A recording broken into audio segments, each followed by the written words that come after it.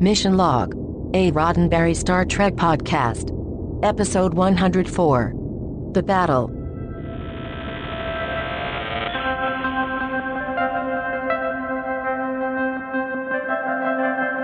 We meet again, humans, for another edition of Mission Log, a Roddenberry Star Trek podcast.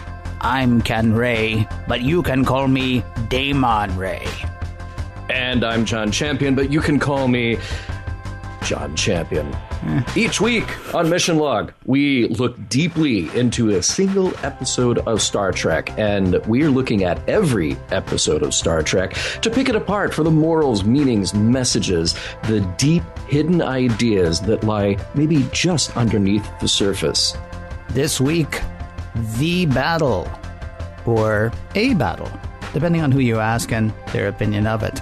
Speaking of which, opinions that is, if you have something to share with us, we would love to hear from you. You can get in touch with us on Facebook, Skype, or Twitter, where our handle is MissionLogPod. You can call us 323-522-5641.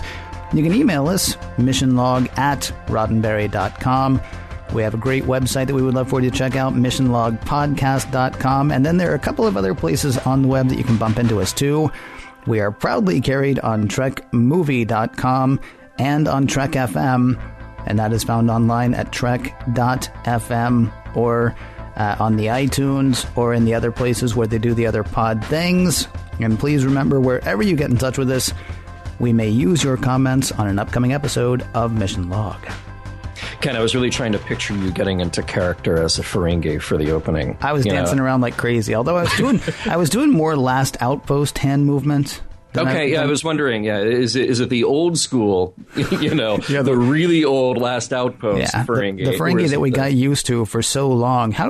We had those crazy spastic Ferengi for 46, 47 minutes maybe? Mm-hmm. Yeah. It's such a...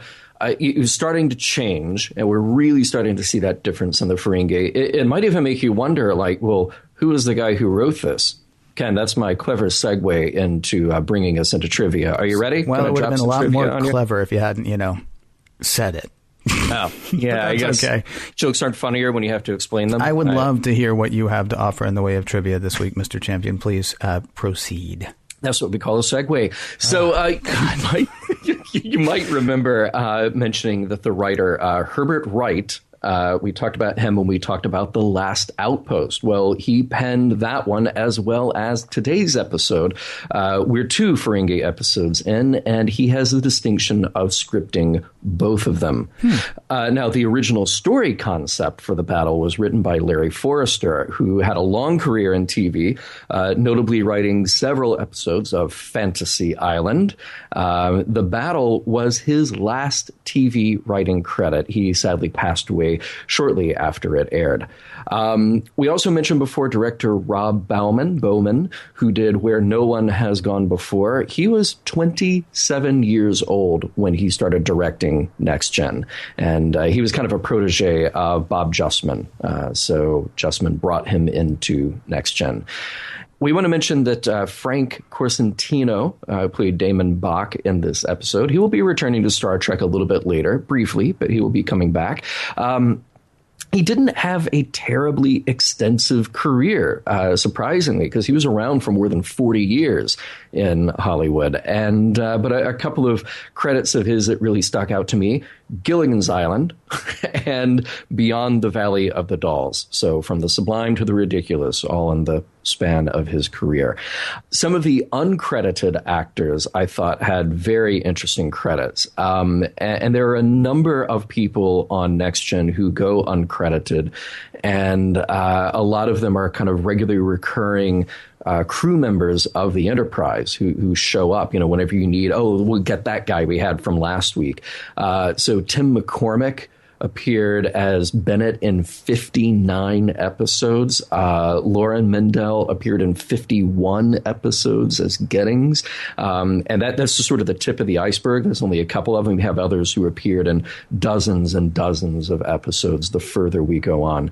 I thought it was interesting. The blonde woman who is an officer on the Stargazer sequences that we will get to, is Shay Harrison, who very soon after her Star Trek appearance joined the cast of The Bold and the Beautiful. To this day, she has been in 493 episodes of that show. And for an actor, that is a nice gig if you can get it. We have to talk about the set pieces, Ken. It was originally written that the Stargazer would be a Constitution-class ship, i.e. just like the Enterprise, the original Enterprise. Yeah, right. or the refit Enterprise. So they would have indeed used the refit Enterprise model from the movies. But it was later decided that a new ship should be used. And I think wisely so. They felt like, well, the Enterprise is special. And if we just see a whole bunch of Enterprises around or a whole bunch of Constitution-class ships, it takes something away from that. That's Kirk's ship. So they actually dubbed the lines in the episode where they said Constitution class into Constellation class, where they needed to. Wait. I want to stop you for 1 second, though. I mean, yeah. We saw other Enterprise-shaped ships in the original series. Well, we did in the original series, but now we're talking, nearly 25 years on. Yeah, years later, you wouldn't want to do that. But, I mean, so I guess, and this is getting really geeky, are all Constellation-class ships shaped like the Enterprise? Or it's just a class of ship, right? Or Constitution-class ships. Okay, well, whichever. Yeah. Sorry. So, well, generally speaking, the idea is the first model, the first version of a ship defines the name of that class of ship. Okay. So you would assume that for the Enterprise, that the first of that design was called the Constitution. And then everything that came after it was a Constitution class. Now that's one way of interpreting it, and that's one of the better ways that I've had heard of interpreting it. There may be other ways to look at that, but to me that makes quite a bit of sense, and I've seen that oft repeated of how that sort of naming scheme is determined. So yeah, you would see that the Enterprise would be one of many, although these are big, expensive things. Yeah. So how many, we don't know. Well, but, you look at the original series, and here's the thing. We ran into other ships that looked like the Enterprise, but A, was very, very early in the history, and B, that's a huge cost-cutting measure. Because they literally would go down to the store, buy an AMT model kit of the Enterprise, and then just change the name on it, and boom, here you go. Here's a new ship. All right, I hate to do this. What class was the Reliant? Oh, you know what? I don't remember off the top of my head. All right. And I should know. Well, no, here's what we'll do. We'll check it during the break, and then we'll come back and we'll say. Okay. Because I don't want to break your stride right now. I don't want to slow you down. Oh, no. Okay. I know you've got more trivia to do. that was good. So that was hence the dubbing of the line to turn that into Constellation class, and hence probably why myself and probably a lot of people confuse them, just because those wires get crossed in our heads and we go, oh, Constellation, Constitution, not the same thing. But now we know that the Enterprise D is a Galaxy class starship. Now, even though they didn't use that original model, they did use the bridge set pieces from the Enterprise from the movies, readily apparent. And it is also the set which was used as the Reliant, and also the set that was used as the secondary or battle bridge on the Enterprise D. So we caught a little glimpse of that when we separated the two hulls in Encounter at Farpoint. And those were the original series movie-era chairs that they brought in to kind of flesh out that set. And we even got a shot of the turbo lift as it was seen in the motion picture when we have that shot on the Stargazer. I don't know if you noticed that, Ken, but it had kind of that green padding on the walls, and it seemed to be lit very differently from the rest of the Stargazer bridge. So that would really jumped out at me like, oh, look, it's like visiting an old friend. It did seem familiar. And by the way, I quit paying attention to you because I wanted to go ahead and look it up now because, this is the trivia segment, not the segment. Oh, good for you. The Reliant is a Miranda class starship, according to Memory Alpha, which, as we know, has all of the information ever about anything ever having to do with the Federation or Starfleet ever. And if you want to turn off its shields, then the prefix code is 16309. the ghosts of a skirmish past come to play havoc with the mind of Captain Picard. Let's let Ken tell us more.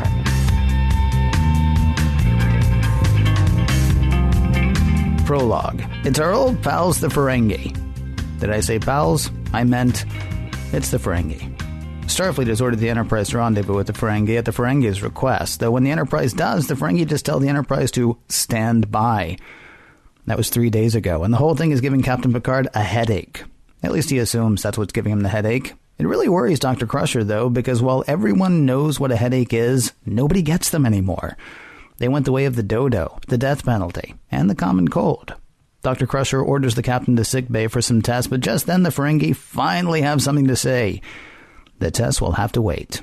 On the bridge, Captain Picard makes contact with Damon Bach. Bach says he's asked the Enterprise there to discuss a mutual problem. So your place or mine? Picard and crew decide it would be better to do this, whatever it is, on their home turf, and say that they would love to have Bach over to their ship for a chat. See you in 1 hour. Act 1. With a full hour, Dr. Crusher has Picard in sickbay for those tests, and they are totally inconclusive. She'll give him something to mask the pain, though. The hour is almost up, but right before the Ferengi are set to arrive, Acting Ensign Wesley Crusher comes bounding onto the bridge. He was playing around with boosting the ship's sensors and picked up another incoming ship, a Constellation-class starship. Check and check. Good work, except Picard says he should have reported it immediately from where he was rather than coming to the bridge to deliver the message himself. Seems a bit coincidental, doesn't it? An incoming ship arriving at the exact same time that the Ferengi are supposed to get here? Yeah, it turns out that incoming ship is a gift from the Ferengi. The ship is the Stargazer, a ship Picard commanded 9 years ago when he blew some other unidentified ship out of the sky. Some Ferengi ship, it turns out, but Picard wouldn't have known that since Starfleet had never encountered the Ferengi to that point. The Ferengi referred to it as the Battle of Maxia. Picard refers to it as Tuesday? That was something that happened. Actually, the battle was kind of a big deal, not because of who they fought, but how it went. The Stargazer was the victim of an unprovoked attack. On fire and about to be destroyed, Picard gave the Stargazer a short, close-range burst of warp speed. Not only did this put the Stargazer in ridiculously close firing range of the opposing vessel, it also made it look like there were two Stargazers. The opposing ship fired on the wrong one, and the Stargazer won the day. People who learn about it at the Academy now call that technique the Picard maneuver. And now Damon Bach would like to present the Stargazer to Picard to commemorate the Battle of Maxia. For free! Which is very un-Ferengi. Act 2. Picard, Dr. Crusher, and Counselor Troy are back in sickbay. During the discussions with the Ferengi, Picard was obviously hit with another doozy of a headache. Troy says she felt it, like something from the captain's past. Also, he's showing signs of not being able to distinguish between now and 9 years ago. He says the Stargazer was on fire during the battle, and suddenly he smells smoke. And no one else does. In a meeting with senior staff, Picard tells the story of the Battle of Maxia, and he slips between now and then again, asking his weapons officer from 9 years ago, what's going on? Whatever. Picard says he would like to go over to the Stargazer. Can do, says Riker, as soon as we make sure it's safe. As far as they can tell it is, and they signal Picard to come on over. He wanders about, heading to his old quarters where, ow, that is the worst headache so far. Caused perhaps by that glowing yet unseen orb in his personal possessions. And hey, look at that. Damon Bach, hidden away on his ship, has another one. It's bigger. It's controlling the smaller one in Picard's stuff, and it's obviously what's hurting Picard's head and mixing up his own personal timeline. The whole thing's wiping Picard out. He leaves Riker in charge of the Enterprise and heads to his quarters, where his personal effects from the Stargazer have been deposited. But that's not all they got. Data has downloaded all of the, data, let's say, from the Stargazer to the Enterprise. Picard's personal log from 9 years ago tells a very different story than the official one. It says that the ship the Stargazer was fighting had identified itself and was under a flag of truce. Act 3. Picard says the personal log is a fake. Riker figures the Ferengi have faked Picard's voice. Still, he has to report the incident. It'll take 2 days to get the report to Starfleet and receive a reply. That's 2 days to figure out what's actually going on. Riker figures he'll start with a discussion with the Ferengi First Officer, Kazago. If Damon Bach knew about Picard's infamy, why the gift? The mere question angers Kazago, who cuts communications. Meanwhile, Bach is still hidden away playing with the orb that's playing with Picard's head, and Crusher is still trying to figure out what's going on. The headaches plus the altered personal log have Picard really wondering about what happened at Maxia. The whole thing's got him questioning his sanity, then and now. Crusher gives him a sedative and leaves him to sleep. Sleep does not equal rest for the captain these days, though. Eyes closed, he is back at the Battle of Maxia, put there by Damon Bach. Act 4. Data confirms that Picard's personal log from the Stargazer has been faked. Picard's back up and at him, which surprises everyone, including Dr. Crusher. He seems in great spirits, fit and ready for duty. Dr. Crusher doesn't like it, but she has her orders. Picard orders Riker to release the Stargazer from the tractor beam, towing it along. Back in sickbay, Dr. Crusher and Counselor Troy are looking over Picard's brain scans and trying to figure out what's going on. Acting Ensign Wesley Whiz-Kid Crusher had glanced the brain scans earlier, and hey, that's odd. One of the patterns in the captain's scans matches a pattern coming from the Ferengi ship earlier. Wes says he's never seen anything like it.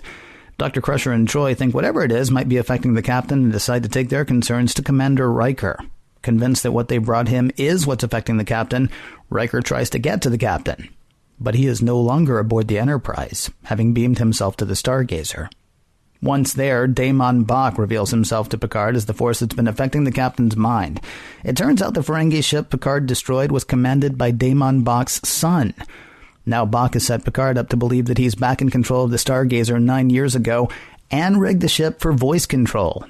Picard will think he's attacking the Ferengi ship as he flies against the Enterprise. Bach out. Act 5. The bridge crew has figured out that the orb and Picard's personal effects is sort of amplifying another mind control device. This is basically confirmed by Ferengi First Officer Kazago, though he says that the Thought Maker is forbidden technology. He obviously had no idea that there were any around. Riker not so subtly suggests that Damon Bach is controlling them, but Kazago does not have the fortitude to question his Damon. Until he does.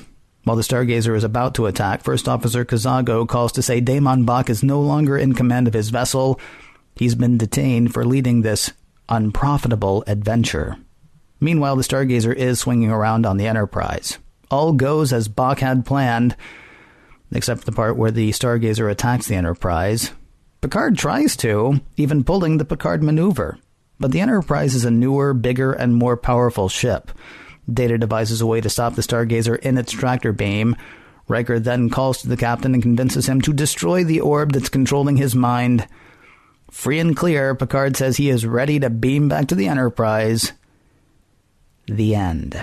Yeah. Can I just welcome a new character, by the way? And it's not Damon Bach. No, I'm very excited. Ladies and gentlemen, we have a talking computer aboard the Enterprise. Bravo. Yeah. Now, I guess it was in Star Trek 3, The Search for Spock, is the first time. Well, it's not the first time. It's the last time we had a talking computer, I believe. But even then, it was just, one of the Klingons beams onto the bridge, and they get there and they say, the ship is talking.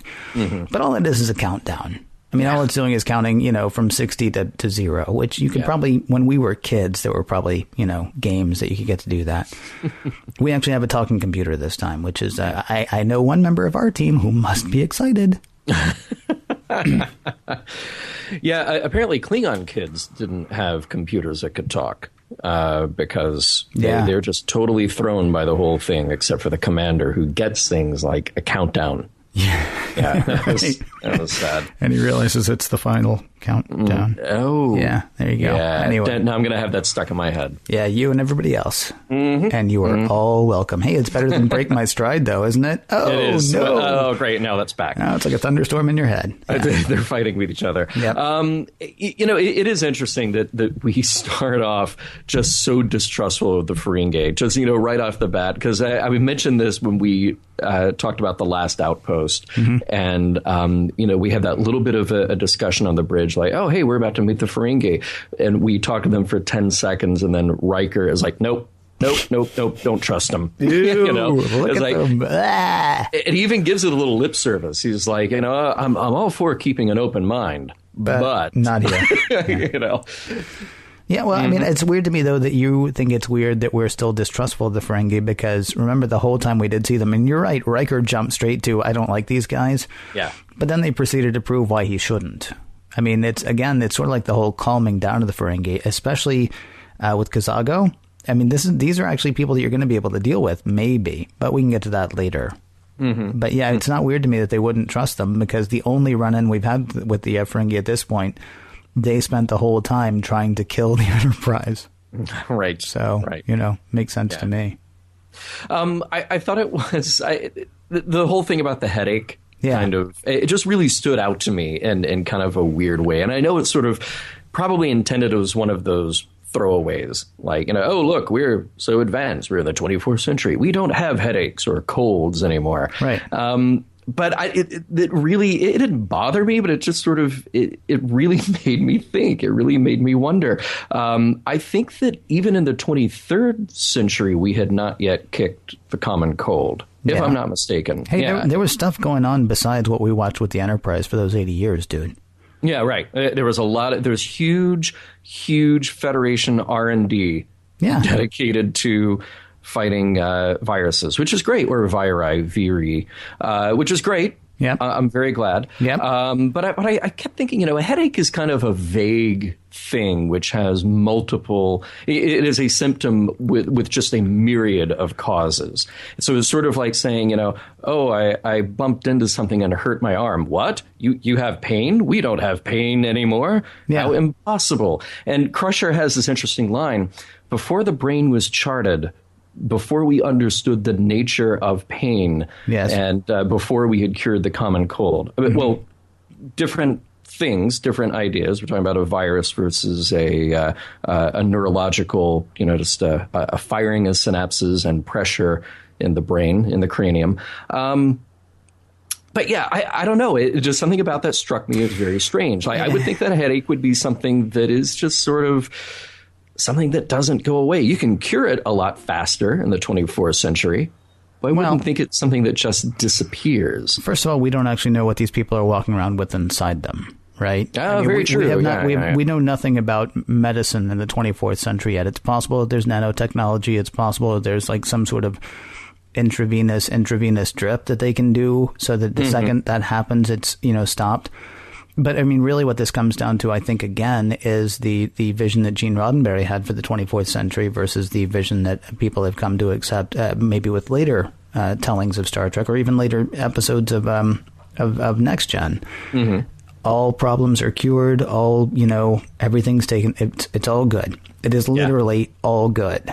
Right. To the point that if you have a headache, this could be indicative of something much, much worse going on, because everything is fine in the Federation that they were writing about, at least in this, in the first few episodes of this first season. Who knows what's going to happen later? But right.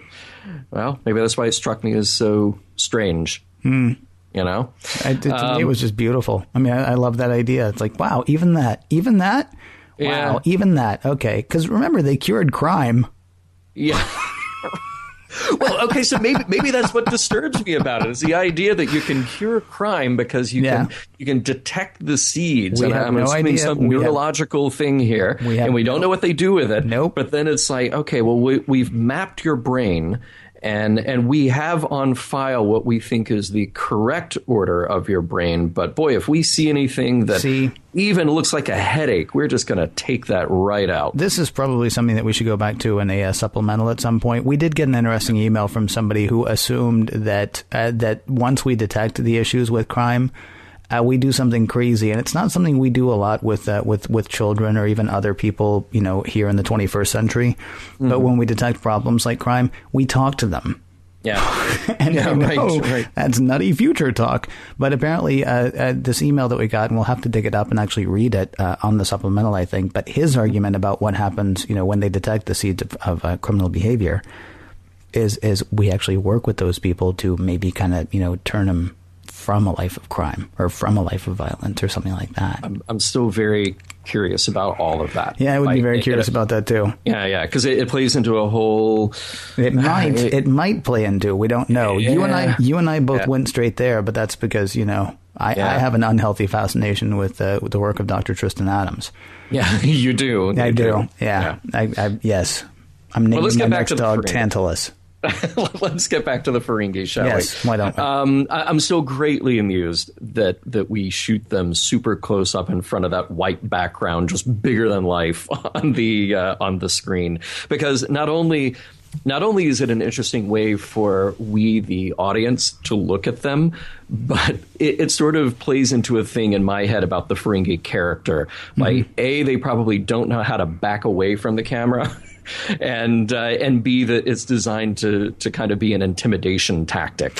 Yeah, just in your face. I think it's that one because you never see a tall Ferengi, right? At least we haven't so far. So they're going to be like right up on the camera and big and imposing and filling as much of the screen as they can. Because then once you actually meet them, you kind of want to put them off their guard. I would think when you first. If you're a Ferengi, you kind of want to look as imposing as you can on camera because, once you actually shake hands, Right. Not so much.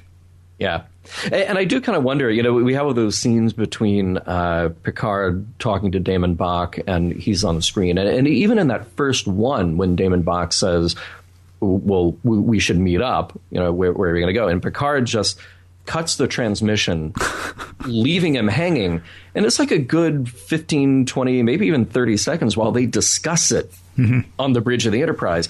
How does the guy on the other end feel? Like, have you ever done that to someone in a phone call? You just, they propose something like, hey, let's go grab dinner tonight. You just cut them off and just disappear for a minute. You're like, boy, how do I really feel about that? And then you come back with kind of the canned answer. It's weird. It's weird later, too, when they're like, so he's talking to Kazago, right? Riker's talking to Kazago, and then Picard's like trying to horn in, to say what he wants to say. And Riker's like, well, switch. And he can't. Because Kazago, is it whoever starts the call? Is that how it works? Because Kazago's like, oh, by the way, we relieved our captain. Oh, by the way. I mean, he like three times Riker's trying to hang up on him. And Kazago's like, oh, right. And he can't hang up on him, which is very weird. Yeah. If you're going to think about this that much, which I can't believe we are, but go ahead. Oh, I'm thinking about it. I know. Yeah, you better believe it. I know. I know about it. I have to say that, just right off the bat, like the whole thing is pretty exciting for fans who love minutia and backstory. Like I love seeing the Stargazer. It's a cool looking ship. Yeah. It's kind of an interesting blend of old and new. The Enterprise D is so super advanced and with these fluid lines and very organic looking. So it's kind of nice to take a look back and correct me if I'm wrong here, but the logs of that battle are 9 years old. Right. So look how far we've come in 9 years, or the Stargazer was already just an antiquated piece of junk by the time Picard was in command of it, using that kind of movie era technology. Well, I mean, it was, yes. You see, my assumption was that it was actually like he was in charge of an older ship. Probably the Stargazer was fairly close to retirement anyway, I would think. I'm actually a little confused at why they left it, though. Because, it's like, oh, yeah, no, it was on fire and it was terrible. And we had to get in the shuttlecraft. And we were in shuttlecraft for like a huge long time.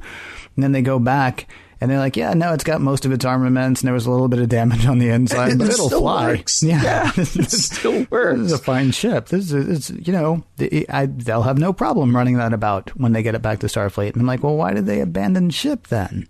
Right. I kept thinking it's kind of like a captain today being in command of the Lusitania, something about 100 years old. Mm-hmm. Well, it is sort of like, oh, okay, well, here, you're a captain now. Take this old ship. But then abandoning it because the coffee maker stopped working.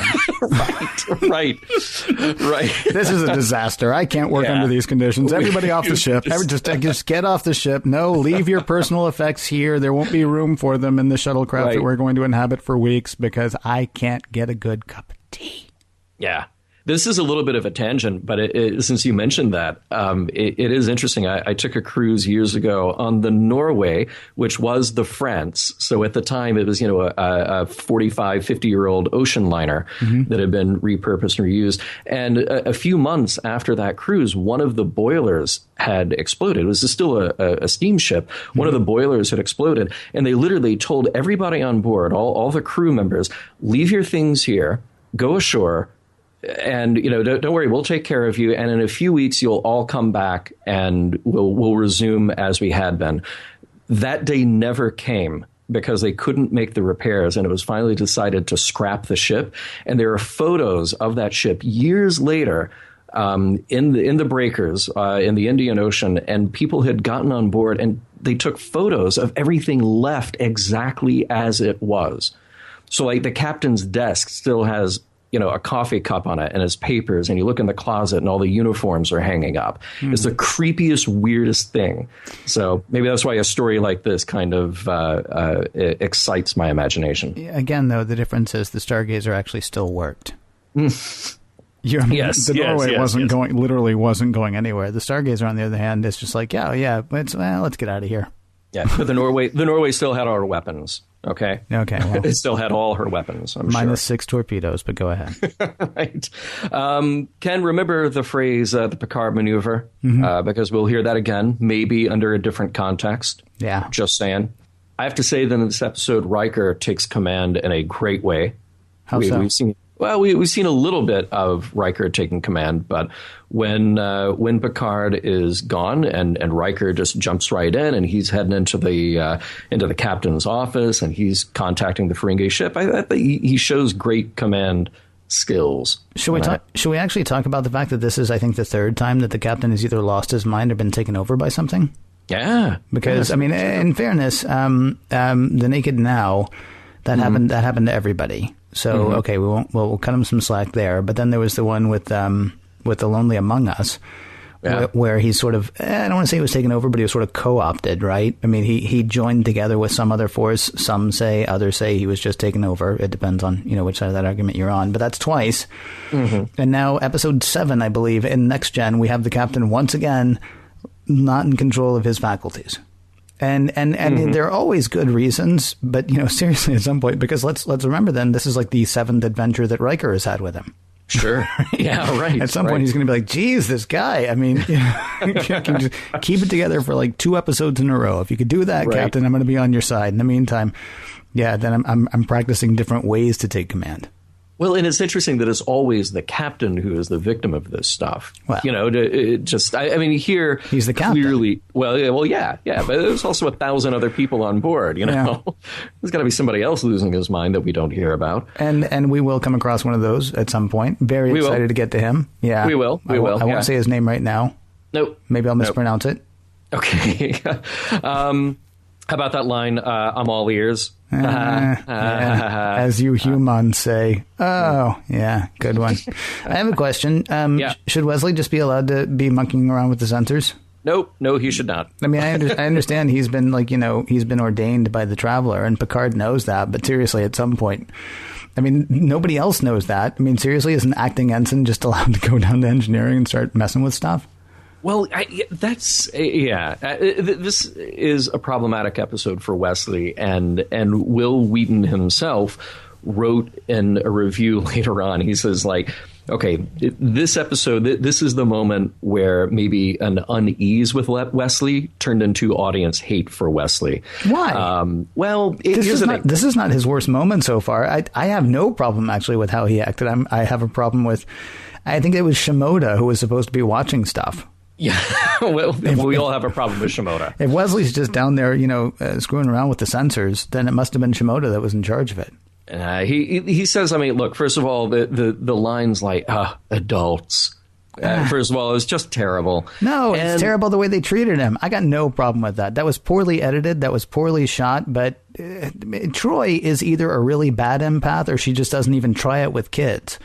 Or it doesn't work with kids. Unless she is talking to Dr. Crusher on their way to the bridge about how poorly they just treated Wesley. Because he's like, hey, by the way, I have figured out everything that's going on before anybody else has. And they're like, step aside, kid. Yeah, right. And then they get there, and she's like, and Troy's like, oh, what did he say? It was I can't remember the words he used. What was it? Hey, I got an idea. Why don't you bring the guy who figured it out? Yeah. Well, and this is exactly the point that Will Wheaton in his review said, no, this is the moment, because here's Wesley saying, like, I figured everything out, the sensors, the brain scan, everything before the adults. He just happens to be there, and he happens to see this stuff, and he happens to figure it all out. That's enough to drive an audience. We need to get Will Wheaton on the show, because I will defend Wesley in this episode against the guy who played Wesley. Okay. Fair enough. All right. Fair enough. Finally, I have to say that I have to hand it to Damon Bach that his revenge scheme is truly worthy of a Bond villain. Yeah. I mean, he really goes out of his way. Yeah. There's technology. There's another ship. There's money. What did he say? He's a very rich man, and yet it was the profits of 2 lifetimes to get those 2 orbs.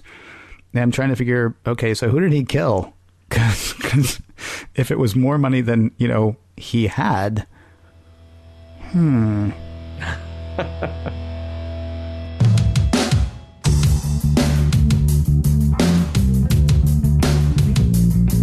It's great to hear my favorite Star Trek character back in action.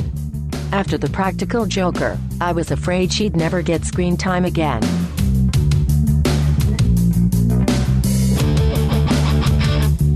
I think, Ken, that there are really just sort of 2 big topics that we'll get into here. And I don't think they're major, you see Timmy moments or hit you over the head with a message, but there are two elements to this story that I thought were particularly interesting for discussion. And the first one, the thing that really fascinates me here, is the look at memory and self-doubt. Mm-hmm. So you've talked about the captain being incapacitated before, and that, maybe he's been taken over by some sort of outside influence.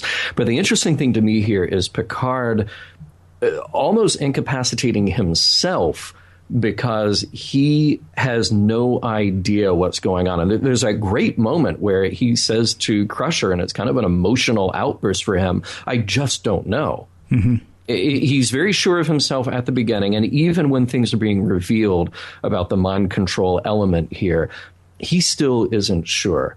When he's revisited by the demons of his past, even if he was in his right mind, which he questions, he's haunted by the idea that he destroyed a ship full of lives. Mm-hmm.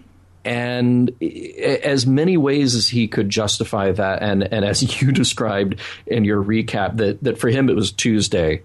For the Ferengi, it was a major moment. Right. But even if that's the case, he's got to deal with the fact that, okay, if I really reflect here on who I am and what I do, even if it was self-defense, I still wiped out a ship full of living beings.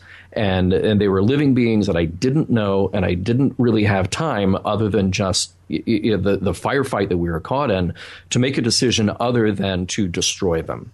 Mm-hmm. So he's got to live with that. I was thinking about, I've read some interesting articles on memory experiments and how people's memories of events can be changed, even if you were there, even if you were a participant in something that happened.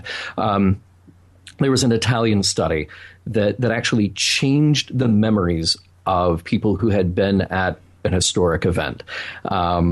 Here's kind of the basic premise, and I'm really paraphrasing and really kind of mangling up the details, but I just want to give you the overview here. A group of people who had been at a protest, and this was in I believe it was the late 60s. So some of these people who are still alive today had been interviewed by scientists, and the scientists showed them photos of that event. Now, all in all, it was a peaceful event. It was a very peaceful protest, and the scientists had altered some of the photos for some of the study participants, and they made it look like it was that it was actually a violent, confrontational protest. And they put images of police in there and all this stuff, none of which had happened. But then when they interviewed the people who had been there, they started to tell a different story because they had seen these pictures. They started to describe in great detail how they had been at this violent, confrontational, contentious event, making up the details as they went along just because they had been exposed to these photos. So it was a great description about how we can not even question our memories, but just go with a new construct of something that happened in the past. So watching Picard go through this, that's the kind of thing that I was talking about. And I found this great quote. Dr. Stephen Novella, who's a neuroscientist, and he's the host of a podcast called Skeptic's Guide to the Universe. They quote Star Trek all the time, so I wanted to quote him. This is fantastic. He says, "When someone looks at me and earnestly says, 'I know what I saw,' I'm fond of replying, 'No, you don't. You have a distorted and constructed memory of a distorted and constructed perception, both of which are subservient to whatever narrative your brain is operating under.'" And I thought that was a nice way to kind of sum up Picard's doubt and his journey in this episode. I thought it was really cool that the Ferengi could mess with him so much to make him question everything that he had done. Well, I mean, there is one advantage that the Ferengi have, or two advantages, I guess, and that would be technology. I mean, not only, I mean, you talked about so they inserted pictures in the experiment that you were talking about earlier. Yeah. They're playing with Picard's head, or really Damon Bach is playing with Picard's head. Absolutely, yeah. Additionally, they've got his voice saying, "Here's what I did. Here's what happened." Now, I don't think Picard ever actually questions himself on that, although, quick aside, it is kind of funny to me that they're like, "Oh, they may have been able to fake your voice somehow." Well, ask the kid in engineering, because I know, right? So can he. I mean, granted, he's only doing like bits and pieces. I mean, we get the sense that he's actually just splicing together words as opposed to being able to do a whole big, treatise kind of thing. But it is interesting to see Picard kind of question that about himself. I do wonder, though, if they weren't literally beaming things into his mind, would he have? I mean, he strikes me as the kind of character who would, honestly, who can be brought to thinking about that kind of thing fairly easily. Kirk is not. Kirk, I don't believe, would do that. I mean, it really takes all the way up to Star Trek 6 for Kirk to finally go, everything I've thought, it may be time for me to step aside from everything I've thought and move on to something else. It is interesting to see Picard do that in, I guess, episode 7. But I mean, he has been a much more contemplative captain all the way through. I mean, witness the fact that every week or every other week, it's the prime directive this and the prime directive that. I mean, he's thinking about everything that he does as he goes. Well, yeah, I think that's what's interesting about him in this, and what we've seen of Picard so far is that he will take a step back and go, well, wait a minute, maybe I did do something wrong, right? And if I did do something wrong, how do I fix that, and how do I maintain the sort of my dedication to these principles that I hold very dear. So, and yeah, I agree with you. Damon Bach is operating a whole other different technological level. The scientists that I'm describing were using Photoshop, presumably. But Photoshop is advanced technology, particularly compared to somebody who didn't have that technology 40, 50, or 100 years ago. The Ferengi are able to do it much more efficiently and much more thoroughly. But the point is, you can monkey around with somebody's perception. You can monkey around with somebody's memory and understanding of themselves. And that's what they did here. And it was neat to watch Picard squirm under that, if not just for the questioning of his own history, at least for the idea of questioning what he does. Mm-hmm. So, yeah, I thought that, to me, was one of the interesting topics here. And then I believe, Ken, you and I both pulled another kind of interesting topic here to delve into. I was absolutely fascinated by, what it made me think of was, again, the whole Battle of Maxia versus Tuesday kind of thing. Mm-hmm. We often say that history is written by the victors, though it may be more accurate to say that history, or at least versions of history, are written by the survivors. I personally think Picard is blameless in what happened at Maxia. He was minding his own business. His ship got attacked. It was an unprovoked attack. And right up until he comes up with the Picard maneuver, which I don't think he stopped to name it before he did that. Right up until he comes up with the Picard maneuver, he is still trying to talk to his attackers. And we know that because as he's approaching the Enterprise to destroy it, thinking that it is whatever the nameless Ferengi ship at Maxia was, he's still telling them, look, identify yourself, calm down, we don't want to do this, knock it off. I mean, he's still talking to them right up to that point. He's still trying to reason with them. Once he destroys the attacking ship, I mean, and there's no way to know to whom it belonged, especially since, again, they had never encountered the Ferengi. There's really nothing that Picard can do. I mean, he can't even go back and say, did we misunderstand something? Was there some treaty we didn't, whatever? Because it was not until the last outpost that we made our first actual contact with the Ferengi, at least that we knew about. Now, it turns out at least one other time we have contacted them, witnessed the Battle of Maxia, or Tuesday, whichever one you want to call it. So I think Picard is blameless, but there's still something to the idea that events can be read as completely different depending on which side of the event you're on. Totally. Yeah. This was, I mean, a thing that happened to Picard. I mean, that's pretty much all it was as far as he is concerned. It's 9 years ago. And while he can tap that vein of worry or wonder that you were talking about as to whether or not he, did the right thing or if there was something he could have, done more, he mostly doesn't. This is something that happened in his past. For the Ferengi in general, though, and Damon Bach in particular, this was the Battle of Maxia. This is like a giant thing. For him, it reminded me, and I'm going to pause for 5 seconds. I may give you music, I may not. I'm going to spoil Barton Fink and Iron Man 3. Okay, and I know it's been 20 years for one of those movies, but still people will write in and say, oh, I've got Barton Fink in my Netflix queue. You got 5 seconds. Should I hum? Sure. Or should I just wait the 5 seconds? Hum. Really? Yeah. Because it's been like 10 seconds now while we're trying to decide that. Let's assume, I that like the whole music.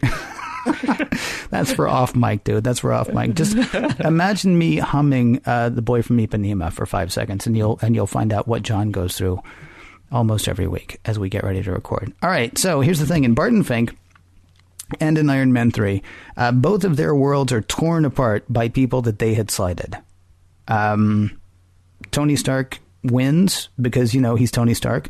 Barton Fink loses. But it was basically just something they did in the past ends up absolutely wrecking their lives. For one of them for a little while, for one of them for a very long time.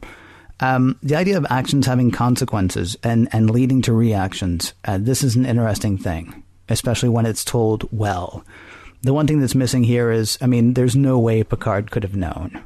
In fact, it kind of brings up an interesting question about the first time that the Ferengi come in contact with the Federation or with Starfleet, that it is the victor of the Battle of Maxia that they come up against. That this was not an issue that time is kind of surprising. Although if there was never any contact, then how did the Ferengi actually know that it was Picard that did it? Yeah, you're right. You're right. Damon Bach is actually a Bond villain. Yes. He's got a lot of information. He's got a lot of technical know-how. Yeah. But that to me was the one thing that I sort of came away from this episode with. The idea that what just seems like nothing but a thing to us is either like a slight or a victory for somebody else, and vice versa. Something that seems like a crushing defeat for us. It also reminded me of Hemingway, interestingly. It reminded me of a passage from The Sun Also Rises, I believe it was. Well, yeah, imagine your past, coming back to bite you, 20 years later. Like, say, if you were a starship captain and you abandoned somebody on a planet and didn't check on them for 20 years. Nobody would ever do that. That would be crazy. Well, it would be unconscionable to do that. It would be, yeah. And then, if they ever got off there, they would want to do far worse than kill you. They might be a little peeved. They would want to hurt you. Yes, they would. and go on hurting you. Yes. Yeah. Don't do it. But no, a couple of things that I thought of. It is interesting then to consider just as the way this story is told that the Ferengi know a lot more about the Federation than the Ferengi know about the Federation knows about the Ferengi. Yes, that's what I was trying to say. Yeah.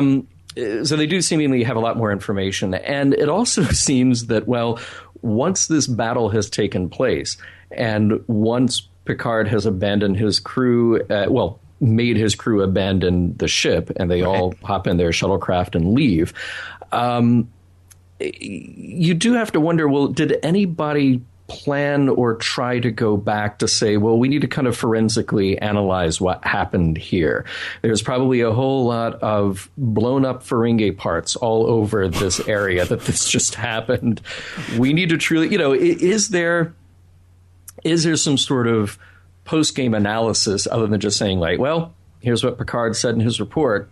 That's good enough. You got to move on. Because after all, that was Tuesday. And now it's next Thursday. So that's a really interesting question, although I don't know that it actually affects this episode that much. It doesn't. It doesn't really. But it is sort of the, I guess, sort of what I do and what we both do in this show is we try to take a step back and go, okay, what are all the other details that led up to what happened in this story? You know? I did think it was interesting that Damon Bach is motivated by revenge, and that as any good Bond villain should be. But even his crew are shocked that he's not motivated by profit, and that seemed to be the turning point for them. So when Damon Bach is removed from his power as the captain of that ship, we express this kind of honor among Ferengi that we really haven't seen before. And even though it's a twisted kind of thing from our perspective, it's like, well, he was on this revenge mission. That's not really what we do. What we do is we go around trying to make a profit. So clearly he's crazy. This actually goes sort of to the... I've personally never thought that the Prime Directive is about how we deal with other societies. The Prime Directive for me is a stand-in for living by whatever code you live by. The Ferengi have a Prime Directive. It's just profit. I mean, they don't have our Prime Directive, but they have a Prime Directive. And not living by that, eventually costs Damon Bach. I guess we shouldn't say that those are the only messages here, or I mean, we're not doing the messages, morals, meanings thing, but we do have to mention this one thing. Bach was removed from command for his acts of personal vengeance, according to Riker. Seems there was no profit in it, and Picard says, "In revenge, there never is." Okay, well, that's, bonk, bonk on the head. Yeah, right. And so, I mean, we would be remiss. I mean, somebody would write in and say, you guys, like, missed kind of the one that they wrote for you on the screen. In the Last Outpost, we saw 3 Ferengi. In the battle, 3 Ferengi. Is there a rule about how many Ferengi the world can see at one time?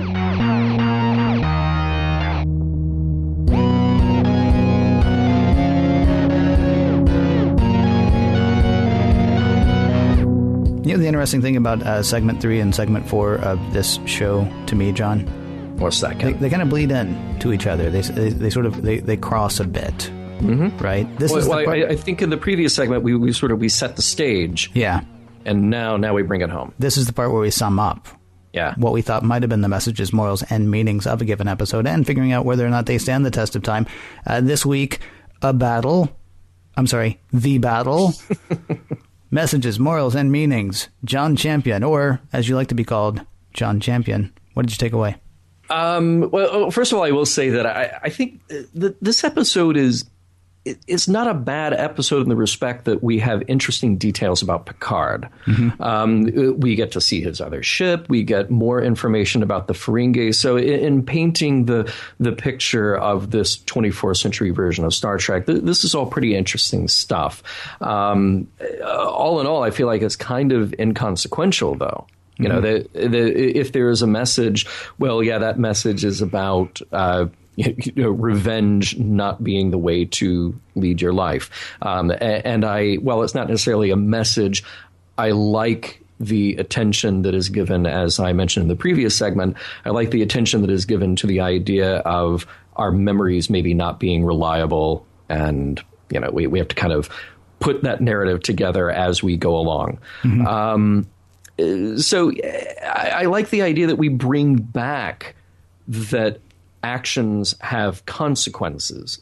And this is something we did talk about in the previous segment a bit when we mentioned, Khan and others. Is that what you were talking about? Oh, yeah, that. Okay. We had a taste of that in original series episodes like Balance of Terror, where a battle in space has meaning and a death of a crew member has meaning.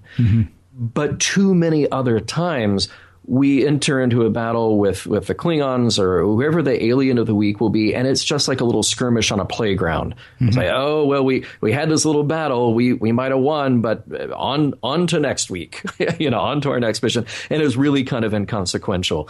So I like the juxtaposition here of having something that had great meaning to the other side and very little meaning to our side, and then reflecting on the idea of why that didn't have meaning and whether or not it should have. I agree with you, Ken, that Picard's actions are totally defensible and totally understandable. From any objective point of view, he did what he had to do. But it doesn't mean that there wasn't a cost in that, and that it could spur some sort of revenge or anger on the other side. So what about you, sir? Well, that would be more of a message, I think. I mean, I do like the fact that actions have consequences in this episode. I mean, that is really one of the things that you can pick up from the episode. It would be more of a message if it had been something where, well, 9 years ago, we were starting to talk to the Ferengi, and then this happened. I mean, if you had the Ferengi trying to make peace or trying to get in touch with the Federation 9 years ago, then what you've actually got here is Star Trek VI, The Undiscovered Country. But you don't have that. What you have instead is Picard's just flying through space. One day somebody comes that he doesn't know the ship type. He gets no communication from him. They're just trying to kill him. Right? Yeah. And he tries to talk to them. And then he blows them out of the sky, because that's all he can do at that point. Right. I do like that idea that, okay, so now all of this action is coming to revisit him years later. It doesn't really seem fair. I mean, as far as if you're writing a story like this, it doesn't seem fair to Picard. It's just like something that's, it was crazy when it happened the first time, and it's just as crazy when it happens the second time, because there was no tie-in between the two as far as anybody knew. That said, I really do like the idea that, yes, we are seeing that you can't just blow something up and have no consequences. Yeah. Certainly the one that we ended with at the very end of revenge not being a profitable venture, I agree with that. I mean, that just, that just leads to more vengeance. Somebody feels slighted, so they hit you, so you hit them, so they hit you harder, so you hit them harder. I mean, there is no profit in that, as they say. Yeah. As far as whether the episode holds up, it's fine. I mean, I like the fact, you always want every episode to be like the one that just, really hits you in the heart and really speaks to you, and that you can always point to and say, this is the episode that you want, this is the one. But they can't all be the one. Thankfully, they're also not all the Naked Now. And this is a fine episode. I mean, there's nothing really wonderful to recommend it, except for the scene where Patrick Stewart is having his almost breakdown. I mean, he's certainly as emotional as he's ever been. I was actually looking down, making notes, obviously, because I make notes when I'm watching. I was looking down, making notes the last time we watched it, and his performance, just the way his voice works in that, made me look up. Yeah. I mean, he's a great actor, and it doesn't mean he always gets to do great acting per episode. It depends on director, it depends on script, it depends on a lot of things. But he's a great actor, and he gets a moment of really great acting in this episode. That said, if you skip this episode, you're not missing much. But if you watch this episode, you get a decent episode of Star Trek. It's not, is it the most Star Trek ever? No, it's not the most, but it's got some good messages. It's got some good morals in it. And it definitely does fill in a bit more about the universe, which we're finding in Next Gen is going to be a much bigger, much more important thing than in the original series. I mean, not only do the actions have consequences, not only are the actions consequential, I guess, but you're going to get more detailed because you're living in a much more detailed universe than you were when it was Kirk and crew. It's funny. Can you picture 27-year-old Rob Bowman directing 40-something-year-old Patrick Stewart, this incredibly gifted actor who can take this character to incredible heights? This kid directing this guy. Well, you know what? Maybe if your voice would break a little bit when you have that moment of self-doubt, see what you can do with that. I would be so terrified and intimidated. to even have that conversation. But well, dude, that's why Rob Bowman directed Star Trek The Next Generation, and we're doing a podcast about Star Trek The Next Generation. Right.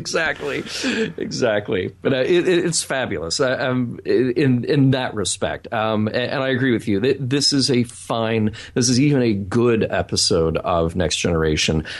And when I say it's inconsequential, I don't mean that it should be tossed out. Right. It just means that, if you happen to miss it, well, you're not missing part of the big picture here. Not to jump too far ahead, but if you miss Skin of Evil, you have missed something. Something big has happened that you've missed. If you miss the battle, well, maybe you should go back and watch it sometime because it tells you a little bit, but you haven't really missed anything that is going to be. Despite the fact that the whole episode seems to be about the fact that actions have consequences, you really don't have to watch this episode. Right. And you'll be fine. Unless, of course, 9 years from now, somebody comes up and says, so I hear you didn't watch The Battle. Right. In which case, you're kind of hosed. Yeah. Ken, before we say goodbye, I want to give a mention to Roddenberry.com. If people haven't checked it out, please do.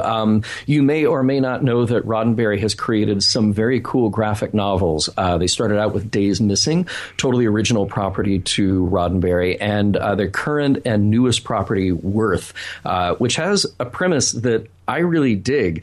The idea is that a superhero who was a huge important character in the 60s who could control machines is now finding it a little more difficult to live in the late 20th and early 21st century era of technology as things have changed from, say, machines to microprocessors. So what happens when a superhero doesn't really have his heroics?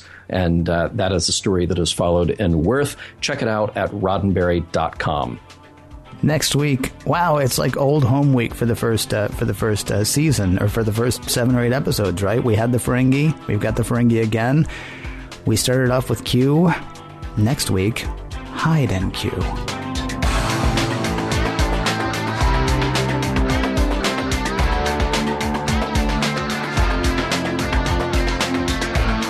Some of the music formation log provided by Warp 11, online at warp11.com, and from the album Messages, by Key Theory, free to download at kitheory.com.